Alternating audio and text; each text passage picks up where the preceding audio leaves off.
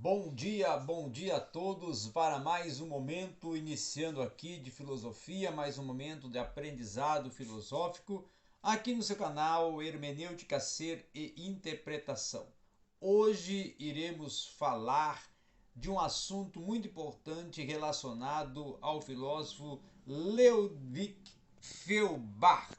Feuerbach marcou uma época, um período, uma grande participação dentro da filosofia. Podemos considerar que Feuerbach ele influenciou muitos propósitos e muitos pressupostos e muitas idealizações filosóficas dentro da proposta, da perspectiva até inclusive da denominada filosofia do idealismo alemão. Uma das suas obras, denominada, a qual ele vai intitular e denominar Princípios da Filosofia do Futuro, ela foi publicada primeiramente até lá na Suíça como um escrito autônomo, tá? Que tinha um prólogo como pautado em princípios que continham uma continuação da fundamentação das suas primeiras teses, tá? E até que eram teses que tinham a proposta da reforma da filosofia. Inclusive eram teses voltadas para o exílio da arbitrariedade irrefreada da censura alemã. Em conformidade, inclusive, com o primeiro manuscrito, Feuerbach visava com isso escrever e apresentar ao público um livro que viesse a definitivamente confrontar esse espírito de censura alemã e riscar ele como sendo um modo bárbaro, tá? Inclusive com referência a tudo que se censura e que se adverte, Feuerbach deixa existir uma redução de propostas e escritos pautados em um caderno, pautados em manuscritos, tá? Como princípios que eram pressupostos para se construir uma filosofia do futuro. Até porque Feuerbach defendia que o tempo presente em geral, enquanto época de ilusões refinadas e até de preconceitos, né, ele seria incapaz de capiscar, ainda menos de apreciar justamente essa questão de virtude e não de uma implicitude, tá?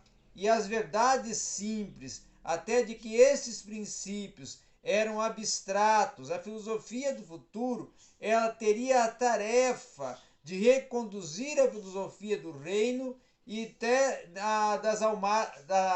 aquela que era para Feuerbach a filosofia das almas penadas, tá?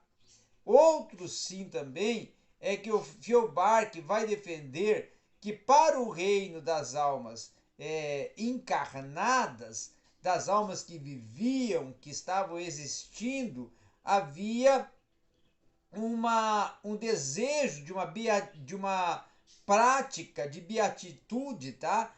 De uma prática de atitudes comportamentais coerentes e éticas e com uma linguagem humana mais contingente. Já mais no pensar do falar e até do entendimento humano e até da abstração, é que Feuerbach vai colocar que um fruto desse trabalho que ele estava propondo e construindo e agora publicando seria uma oportunização de apresentar e tecer todo um desenvolvimento de uma antropologia mediante uma crítica da filosofia da religião fundamentando a crítica à filosofia humana e pressupondo também para a sua, vamos assim, forma de pensar e de abstrair alguns elementos relacionados ao humano e o religioso, tá? Ou a religião e ao humano.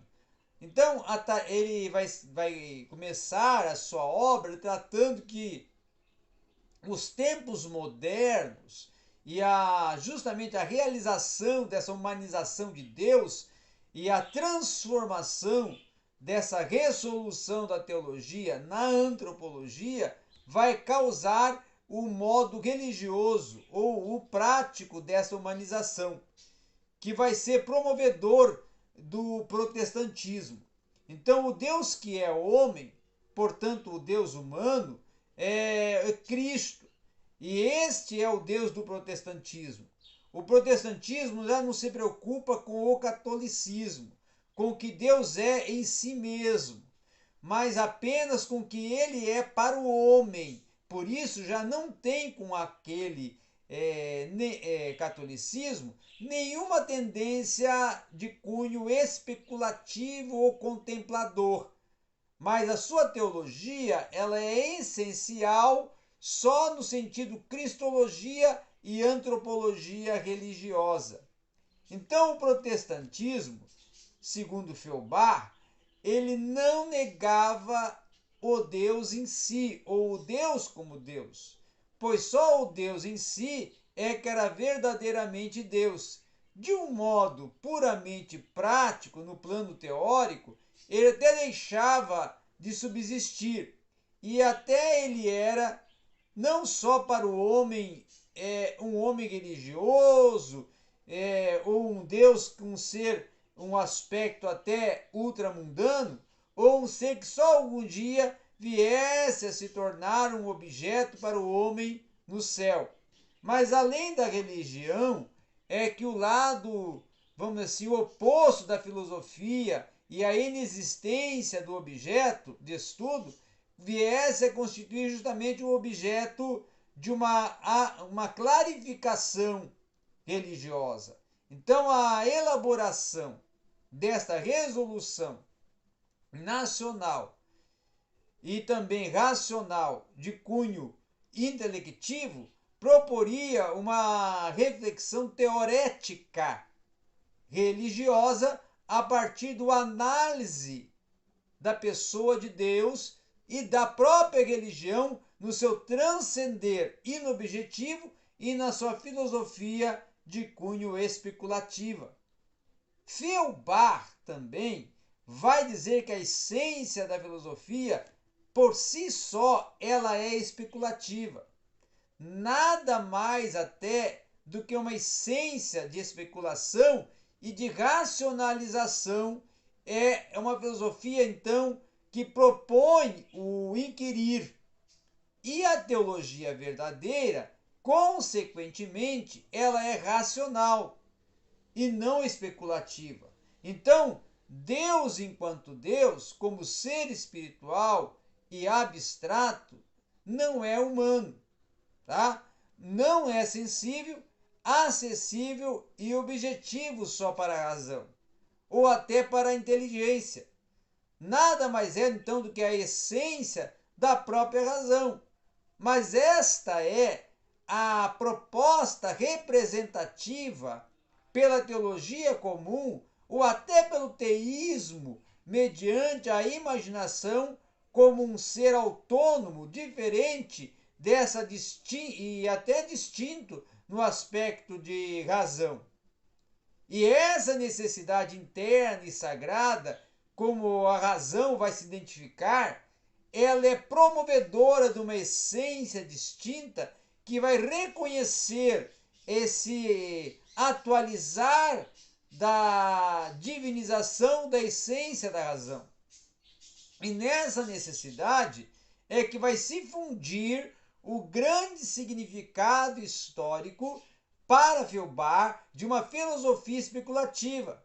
Então a prova de que o ser divino e a essência da razão, ou até a inteligência irá residir em uma determinação da propriedade de Deus, tanto quanto naturalmente estas sejam racionais e espirituais, elas serão propostas de determinações da sensibilidade, ou até da imaginação da propriedade da razão.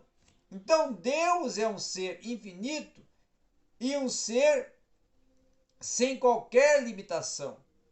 Mas se Deus não tem fronteira e os seus limites também não têm quaisquer fronteiras, então Deus, ele é um ser que eleva acima das fronteiras da sensibilidade, da razão e até da igualdade.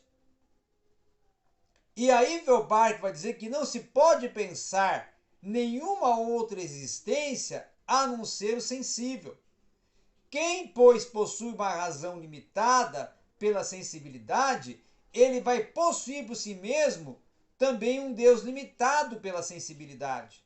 Então, a razão que pensa Deus como ser ilimitado, pensa em Deus a partir da sua própria ilimitação.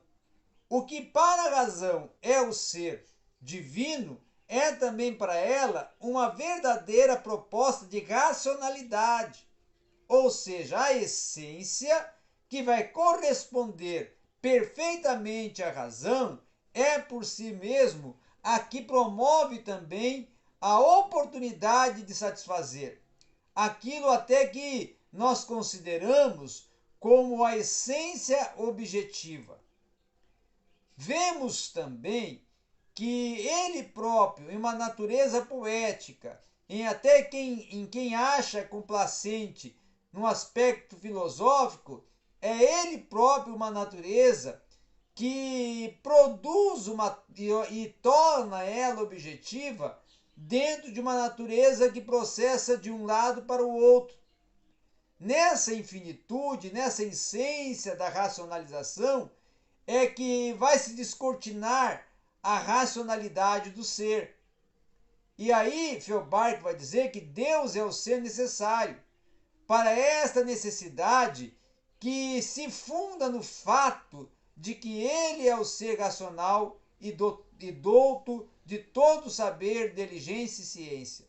E o mundo, a matéria, não tem em si o fundamento, porque é a partir dele que vai existir. Então, ele é o fundamento. Então, para Feuerbach, a pressuposição necessária como causa de um outro ser é e está claro em um ser que é inteligente, autoconsciente e que age segundo a razão e os seus fins. E é a partir desta inteligência, dessa necessidade do ser primeiro e do ser supremo, é que vai se fundar a pressuposição do intelecto no ser supremo. E também da necessidade da busca pelo verdadeiro. A partir dessa intelectualização antropológica e da necessidade do ser divino dentro do contexto metafísico e até também da ontoteologia, tem sentido então o intelecto, tem sentido então a verdade, a realidade e até a determinação psicológica ou antropológica de Deus como o ser que tem toda a ciência. O ser necessário é o ser necessariamente que se deve pensar e absolutamente afirmar, segundo Feuerbach. O que ser que de nenhum modo se pode negar, é até eliminar, é quando um ser a si mesmo se pensa, e até por conseguinte, no ser necessário, a razão vem a provar e a ostentar apenas sua própria necessidade e realidade. Então Deus, ele é um ser condicionado, universal. Deus não é isto ou aquilo, ou ele é o ser que é imutável, eterno, e atemporal. E ele é incondicional, também ele é imutável, universal, e até segundo o seu próprio juízo é que é construído todo o pensamento, no aspecto teológico e metafísico. E as propriedades, as verdades, tanto das leis racionais como das leis espirituais, partem dele como origem. Então Feuerbach vai dizer que Deus é o ser independente, é o ser autônomo, que não precisa de nenhum outro ser para a sua existência e que, por conseguinte, existe a partir de si e por si mesmo. Então Feuerbach vai dizer que, em determinação metafísica e abstrata, até que se tem sentido a realidade, até com uma definição da essência do entendimento, e que vai enunciar apenas que Deus é um ser pensante, essa concede uma inversão do valor divino. Então, ela racionaliza o pensar religioso. E Feuerbach vai dizer que o teísta, ele representa para si Deus como um ser pessoal, existindo fora do contexto racional, fora do contexto intelectivo, além da propriedade do pensar humano. Então, Feuerbach, na verdade, nessa primeira proposta de uma filosofia do futuro, ele está analisando o ser, Deus, religião, homem e pensamento humano religioso para compor uma antropologia que ela desconstrua a questão da humanização e racionalização do prospecto do ser religioso, a partir da defesa da atemporalidade, eternidade, imutabilidade, sim, de todos os atributos divinos. E também ele vai considerar, a partir dessa proposta da religião e contrapondo a proposta de Hegel, ele vai trabalhar uma antropologia filosófica com um prospecto religioso a partir de uma visão e percepção da prática da religião, da prática do ser religioso. Então, para Feuerbach, a filosofia do futuro, ela inicia pensando justamente na intervenção de Deus na história do ser e do ser vindo a transcender a busca do sagrado. E assim ele vai começar a discorrer sobre uma filosofia em que a religião e a sacralização do sagrado está em destaque para compor a cognição do pensamento do ser a partir das suas interações, das suas produções e dos seus pensamentos sobre Deus e sobre religião. Era isso que tínhamos para hoje aqui no seu canal Hermenêutica, Ser e Interpretação.